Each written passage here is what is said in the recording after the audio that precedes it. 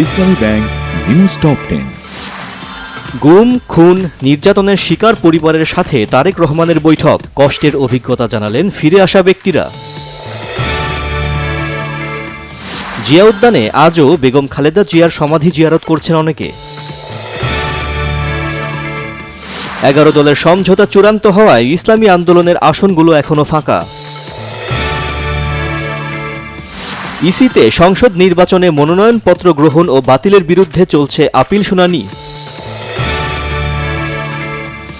পরিস্থিতি দেখতে বিভিন্ন জেলার পথে ইউরোপীয় ইউনিয়নের 56 নির্বাচন পর্যবেক্ষক।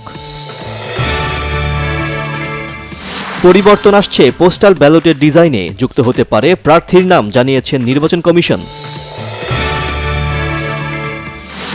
আগের মতো দিনের আলোতে যেন আর ব্যাংক ডাকাতি না হয়, চার্টার্ড অ্যাকাউন্টেন্টদের সতর্ক থাকার আহ্বান পররাষ্ট্র উপদেষ্টা তৌহিদ হোসেনের।